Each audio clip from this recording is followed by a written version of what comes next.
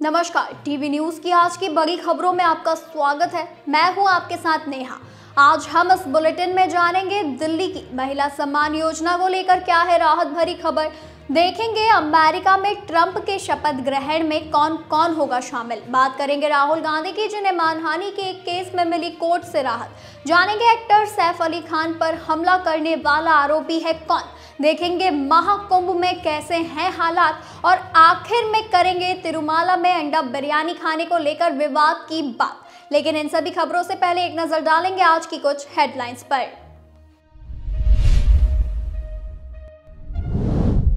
राजस्थान के जालौर में cutter machine से एटीएम को काटने की गई कोशिश, चोर की तलाश में जुटी पुलिस। घटना सीसीटीवी में हुई कैद। दरभंगा में बैंक में चोरी की नीयत से चोरों ने सेंधमारी का किया काम। दीवार के बगल में 5 फीट गड्ढा खोद चुके थे चोर, लेकिन अंदर घुसने में हुए नाकाम। मध्य प्रदेश की राजधानी भोपाल में राज्यपाल के काफिले के पास ट्रैफिक पुलिसकर्मी ने की युवक की जमकर पिटाई। कांस्टेबल वीरेंद्र शर्मा को तत्काल प्रभाव से किया गया निलंबित। महाकुंभ 2025 में मोनालिसा को वायरल होना पड़ गया भारी। भीड़ से बचने को मास्क और चश्मे का लिया सहारा। गुस्से में फोड़ा फोन, वहीं वीडियो हो रहे जमकर वायरल। महाराष्ट्र में एक बार फिर दो समुदाय छोटे से विवाद के बाद आपस में भिड़ गए। बाइक रिक्शा की टक्कर के बाद आपस में भिड़ गए दो समुदाय। पुलिस ने दागे आंसू गैस के गोले। डोनाल्ड ट्रंप की व्हाइट हाउस में आज होगी वापसी। अमेरिका के 47वें राष्ट्रपति के रूप में लेने वाले हैं शपथ। कड़कड़ाती ठंड की वजह से संसद के भीतर शपथ ग्रहण समारोह का हुआ आयोजन। बॉलीवुड एक्ट्रेस कंगना रनौत की फिल्म इमरजेंसी को लेकर पंजाब में हो रहा है काफी विवाद। पंजाब में कंगना की फिल्म इमरजेंसी को नहीं होने दिया जा रहा है रिलीज। मिल्कीपुर विधानसभा क्षेत्र के 3 थानेदारों को हटाने की जा रही है मांग। सपा ने सीईओ को भेजा पत्र, लगाए उन्हें परेशान करने के गंभीर आरोप। असम में पुलिस ने एक आतंकी को दबोचा। रविवार को भारत में प्रवेश करने की कोशिश कर रहे 2 बांग्लादेशियों को सीमा पर वापस भेजा। वहीं राम दरबार के लिए मुसीबत बना महाकुंभ। मूर्तियों का निर्माण लगभग हुआ पूरा, लेकिन महाकुंभ के चलते राम मंदिर निर्माण कार्य हो रहा है प्रभावित। अमेरिकी कंप्यूटर वैज्ञानिक लेक्स फ्रिडमैन भारत के प्रधानमंत्री नरेंद्र मोदी के साथ करेंगे पॉडकास्ट। भारत आने को लेकर साझा की अपनी उत्सुकता। वहीं ये तो थी आज की कुछ हेडलाइंस। अब चलिए रुक करेंगे आज की सबसे बड़ी और खास खबरों की ओर। दिल्ली हाईकोर्ट ने सोमवार को राष्ट्रीय राजधानी की महिलाओं को हर महीने 2100 रुपए देने के आम आदमी पार्टी के वादे के प्रचार पर रोक लगाने की मांग वाली याचिका पर जल्द सुनवाई से इनकार कर दिया है। इससे पहले दिल्ली हाई कोर्ट ने मामले की सुनवाई के दौरान याचिकाकर्ता के वकील के पेश नहीं होने पर 30 जनवरी को सुनवाई के लिए लगा दिया था। इससे पहले 9 जनवरी 2025 को जस्टिस ज्योति सिंह की पीठ ने याची विजय कुमार से पूछा था कि इस मसले पर चुनाव याचिका कैसे सुनवाई योग्य है। अदालत ने यह भी कहा था कि याची पहले जनहित याचिका दायर करे। हालांकि पीठ ने याचिकाकर्ता विजय कुमार से याचिका की विचारणीयता पर 10 जनवरी को दलीलें पेश करने का निर्देश दिया। बता दें कि दिल्ली सरकार ऐसी किसी योजना का अस्तित्व होने से इनकार कर चुकी थी। दरअसल महिला सम्मान योजना को लेकर याचिकाकर्ता विजय कुमार ने याचिका दायर कर अदालत से कहा था कि आम आदमी पार्टी झूठी घोषणा कर मतदाताओं को लुभा रही है। ये चुनावी नियमों का उल्लंघन है। बता दें कि दिल्ली के पूर्व सीएम और आपके राष्ट्रीय संयोजक अरविंद केजरीवाल ने 12 दिसंबर को बड़ा ऐलान किया था। उन्होंने कहा था कि दिल्ली की महिलाओं को विधानसभा चुनाव के बाद 2100 रुपए प्रति महीने मिलेंगे। उन्होंने ये भी कहा था कि इस योजना का लाभ महिलाओं को अभी नहीं नहीं मिलेगा। चुनाव के बाद यदि उनकी पार्टी की सरकार बनी तो ये पैसे हर माह दिल्ली की महिलाओं को दिए जाएंगे। अरविंद केजरीवाल की उसी घोषित योजना को याची विजय कुमार ने हाईकोर्ट में चुनौती दी थी, जिस पर हाईकोर्ट ने तत्काल सुनवाई से इनकार कर दिया है। मैं बता दें कि अमेरिका में एक बार फिर डोनाल्ड ट्रंप का दौर शुरू होने वाला है। डोनाल्ड ट्रंप आज सोमवार को दूसरी बार राष्ट्रपति पद की शपथ लेंगे। उनके शपथ ग्रहण समारोह में दुनिया के कई देशों के नेताओं के अलावा हर क्षेत्र से जुड़े दिग्गजों के शामिल होने की संभावना है। ये शपथ भारतीय समय के अनुसार रात 10:30 बजे होगा। अमेरिका से शपथ ग्रहण समारोह को यहां भी लाइव देखा जा सकता है। डोनाल्ड ट्रंप आज यानी 20 जनवरी को देश के 47वें राष्ट्रपति के रूप में पद और गोपनीयता की शपथ लेंगे।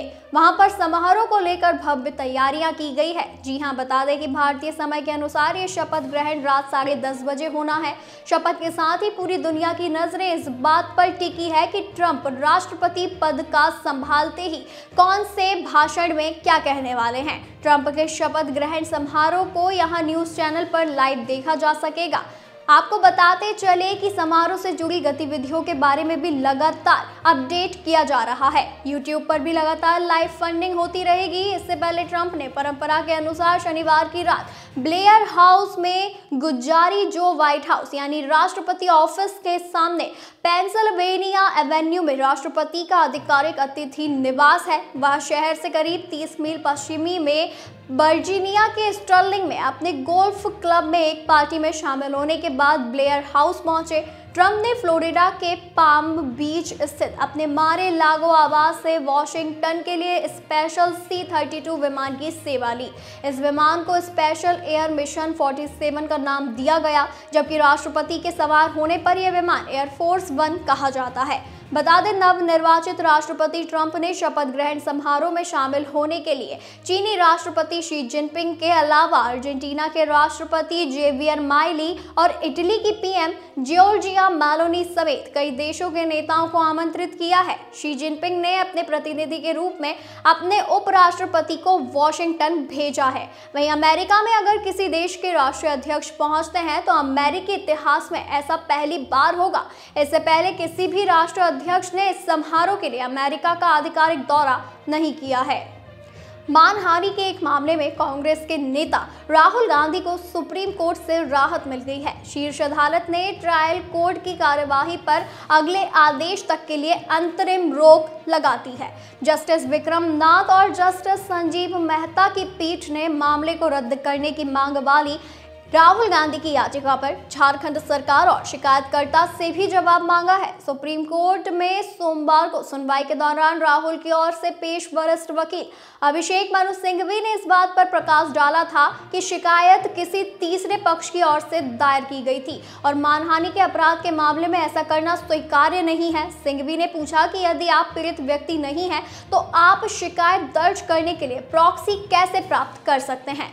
वहीं मानहानि मामले में राहुल गांधी की याचिका पर सुप्रीम कोर्ट ने झारखंड सरकार और शिकायतकर्ता बीजेपी कार्यकर्ता नवीन झा को नोटिस भेजा है। यह मामला तब सामने आया जब बीजेपी नेता नवीन झा ने राहुल गांधी के खिलाफ शिकायत दर्ज करवाई, जिसमें आरोप लगाया गया कि राहुल ने 18 मार्च 2018 को बीजेपी की आलोचना करते हुए भाषण दिया और अमित शाह पर हत्या में शामिल होने का आरोप लगाया। शुरू में रांची की एक मजिस्ट्रेट अदालत ने झा की शिकायत को खारिज कर दिया, जिसके बाद उन्होंने रांची में न्यायिक आयुक्त के समक्ष एक पुनरीक्षण याचिका दायर की। 15 सितंबर 2018 को रांची में न्यायिक आयुक्त ने शिकायत याचिका को खारिज करने वाले आदेश को पलट दिया और इसे मजिस्ट्रेट कोर्ट में वापस भेजा। बता दें, न्यायिक आयुक्त ने मजिस्ट्रेट को रिकॉर्ड पर मौजूद साक्ष्य की फिर से समीक्षा करने और मामले को आगे बढ़ाने के लिए प्रथम दृष्टया सामग्री के निर्धारण के संबंध में एक नया आदेश जारी करने का निर्देश दिया। बॉलीवुड के एक्टर सैफ अली खान पर हमले की जांच कर रही मुंबई पुलिस की क्राइम ब्रांच ने सोमवार को बताया कि गिरफ्तार किया गया आरोपी बांग्लादेश में कुश्ती का खिलाड़ी था। जी हां, बता दें कि पुलिस ने रविवार को शरीफुल इस्लाम को इस केस में गिरफ्तार किया था। पूछताछ के बाद क्राइम ब्रांच ने कहा कि शरीफुल जिला और नेशनल लेवल पर कुश्ती खेल चुका था। कुश्ती प्लेयर होने की वजह से ही शरीफुल सैफ पर भारी पड़ गया। वारदात के बाद वो बस स्टैंड पर सोया। ठाणे जाने से पहले उसने कपड़े बदले। वो वर्ली के एक पब में काम करता था, जहां से उसने चोरी करने पर निकाल दिया गया था। शरीफुल सितंबर में मुंबई आया था। सैफ अली खान के बांद्रा स्थित घर पर Mumbai police crime scene recreate कर सकती है। शरीफुल 5 दिन की पुलिस रिमांड पर है। पुलिस ने बताया कि शरीफुल 16 जनवरी की सुबह चोरी के इरादे से बॉलीवुड स्टार के अपार्टमेंट में घुसा था। जांच से पता चलता है कि वह इमारत की 8वीं मंजिल तक सीढ़ियों से पहुंचा। इसके बाद एक पाइप का उपयोग करके 12वीं मंजिल पर चढ़ा और बाथरूम की खिड़की के रास्ते सैफ के फ्लैट में घुस गया। 15 जनवरी की रात करीब 2 बजे सैफ पर हमला हुआ था। उन्हें रीढ़ और गर्दन पर गंभीर जख्म आए थे। इसके बाद वे लीलावती अस्पताल पहुंचे, जहां उनका इलाज किया जा रहा है। मीडिया रिपोर्ट्स के मुताबिक 1 से 2 दिनों में उनके डिस्चार्ज होने पर फैसला लिया जाएगा। पुलिस ने यह भी कहा कि पकड़े गए आरोपी का नाम मोहम्मद शरीफुल इस्लाम शहजाद है। उसकी उम्र करीब 30 साल है। भारत में अवैध रूप से आने के बाद उसने अपना नाम विजय दास रख लिया था। वह 5-6 महीने पहले मुंबई आया था। यहाँ एक हाउस कीपिंग एजेंसी में काम करता था। वह पहली बार ही सैफ अली खान के अपार्टमेंट में घुसा था। महाकुंभ का आज 8वां दिन है। सोमवार दोपहर 12 बजे तक 38 लाख से अधिक श्रद्धालुओं ने स्नान किया। अब तक कुल 8 करोड़ 5 लाख से ज्यादा श्रद्धालु स्नान कर चुके हैं। महाकुंभ में श्रद्धालुओं की भीड़ को देखते हुए प्रशासन ने ट्रैफिक प्लान बदला है। अब पूरे महाकुंभ के दौरान निजी वाहनों का मेला क्षेत्र में प्रवेश बंद रहेगा। वाहनों को शहर और मेला क्षेत्र के बाहर पार्किंग में पार्क करना होगा। यहाँ से कुंभ मेले के लिए शटल बस मिलेंगी। महाकुंभ में रीलबाजों की बढ़ती संख्या पर बागेश्वर धाम के पीठाधीश्वर पंडित धीरेन्द्र कृष्ण शास्त्री ने कहा कि महाकुंभ अपने मकसद से भटक रहा है। वहां रील के लिए नहीं, रियल के लिए जाएं। अयोध्या दर्शन करने पहुंचे भाजपा सांसद रवि किशन ने कहा कि राहुल गांधी और प्रियंका गांधी को भी कुंभ जाना चाहिए। इतना साफ जल तो 75 सालों में भी नहीं था। सोमवार सुबह संगम घाट पूरी तरह से भर गया। मेला प्रशासन की तरफ से LED स्क्रीन पर श्रद्धालुओं को जानकारी दी गई। श्रद्धालुओं को स्नान करने में कोई दिक्कत ना हो, इसीलिए अपील की गई कि दूसरे घाटों पर जाएं। मेले में रविवार शाम भीषण आग से गीता प्रेस के 180 कॉटेज जलकर राख हो गए। गीता प्रेस के ट्रस्टी कृष्ण कुमार खेमका ने दावा किया कि बाहर से चिंगारी आई तभी आग लगी। आग के कारणों की जांच मजिस्ट्रेट ने शुरू कर दी है। DG फायर ने कहा कि हम लोगों से आग से सचेत रहने के लिए जागरूक कर रहे हैं। हम राज्य सरकार के निर्देश पर काम कर रहे हैं। यहाँ पर 53 फायर स्टेशन बनाए गए हैं। 1400 फायर कर्मी यहाँ तैनात हैं। इस घटना की जांच का अधिकार पुलिस को है। स्थानीय पुलिस अधिकारी इस मामले की जांच कर रहे हैं। कई तरह की अफवाहें हैं, लेकिन जांच के बाद ही सही कारण का पता चलेगा। वही बात करें तमिलनाडु की, तो यहाँ के तिरुमाला में अंडा बिरयानी खाने का एक मामला तूल पकड़ता नजर आ रहा है। जी हां, बता दें कि YSRCP समेत विभिन्न विपक्षी दलों ने अलीपीरी चेक पॉइंट पर सुरक्षा जांच के लिए TTD पर कई तरह के सवाल उठाए हैं। गौरतलब है कि तिरुमाला में सिगरेट, शराब पीने, नॉनवेज खाने और यहाँ तक कि सिगरेट गुटखा खाने पर भी कड़ी पाबंदी है। ये नियम पिछले कई सालों से लागू है। बता दें कि शुक्रवार को तिरुमाला पहुंचा भक्तों का एक दल राम बगीचा बस स्टैंड के पास अंडा बिरयानी खाते पाया गया। इस दौरान वहां मौजूद कुछ अन्य भक्तों ने तिरुमाला पुलिस को इस बारे में जानकारी दी। इसके बाद पुलिस तत्काल मौके पर पहुंची। बता दें कि रिपोर्ट के मुताबिक जब पुलिस ने उन्हें बताया कि तिरुमाला में नशीले पदार्थों और नॉनवेज का सेवन प्रतिबंधित है, तो उन लोगों ने ध्यान नहीं दिया। इसके बाद तिरुमाला पुलिस ने उन्हें सख्त चेतावनी देकर छोड़ दिया। तिरुमाला तिरुपति देवस्थानम के पूर्व चेयरमैन भूषण करुणाकर ने TTD प्रशासन को आड़े हाथों लिया है। उन्होंने कहा कि सुरक्षा में हुई चूक के चलते ये मामला सामने आया है। भूषण करुणाकर ने कहा कि टीटीडी ने सुरक्षा जांच में लापरवाही की है। इसी का नतीजा है कि लोग एक बिरयानी का पैकेट लेकर तिरुमाला तक पहुंच गए। तिरुपति के सांसद डॉक्टर एम गुरुमूर्ति ने भी इसको लेकर चिंता जताई है। उन्होंने मुख्यमंत्री चंद्रबाबू नायडू की भूमिका पर भी सवाल उठाए हैं। सांसद ने कहा कि 8 जनवरी को तिरुपति ट्रस्ट में अब तक की सबसे खराब भगदड़ की घटना सामने आई थी। इस दौरान 6 लोगों ने दुर्भाग्यपूर्ण ढंग से अपनी जान भी गंवा दी। राज्य सरकार ने टीटीडी के मुख्य सुरक्षा अधिकारी और तिरुपति के एसपी को हटाया, लेकिन इनकी जगह किसी की नियुक्ति नहीं हुई है। इसके अलावा बता दें कि इसके बजाय सरकार चित्तूर के एसपी को दोनों जगहों पर प्रभारी बना चुकी है। भाई ये तो थी आज की हमारी सबसे बड़ी और खास खबरें। ऐसी ही खास खबरों को जानने के लिए बने रहिए टीवी न्यूज़ के साथ।